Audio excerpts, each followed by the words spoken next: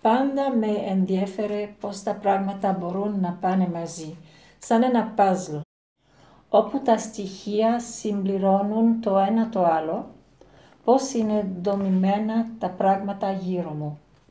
Άρχισα πριν από μερικά χρόνια να κάνω κολάζ, χρησιμοποιώντας εικόνες που προέρχονται από πολλά πράγματα γύρω μου.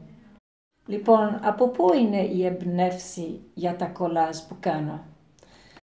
Από την φύση, τα δέντρα, τις πέτρες, από την θάλασσα, δηλαδή τα κοχύλια, πλάσματα της θάλασσας. Μπορεί να είναι και από την περιγραφή της φύσης, χάρτες που δείχνουν δρόμους, σχέδια πόλης, ποτάμια, βουνά,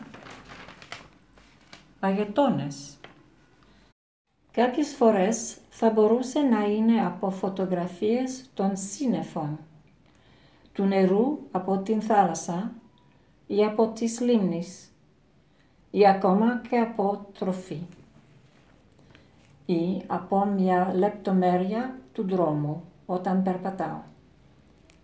Με όλα αυτά τα στοιχεία βάζω κομμάτια χαρτιού μαζί και σιγά σιγά γίνεται ένα σχέδιο. Όταν αρχίζω να κάνω ένα κολάζ, συχνά δεν ξέρω ακριβώς τι θα γίνει. Είναι μόνο όταν το τελειώνω ότι κάτι μου φαίνεται, μερικές φορές σαν μια ιστορία που μου λέει το κολάζ. Από το καιρό που κάνω αυτά τα κολάζ, κοιτάω τον κόσμο διαφορετικά. Βλέπω πόσο μετράνε οι λεπτομέρειες, ένα σχέδιο σε έναν τοίχο, τα φύλλα ενός λάχανου, τα κλαδιά ενός θάμνου, για παράδειγμα. Και προσπαθώ να κοιτάζω σοβαρά τα πράγματα γύρω.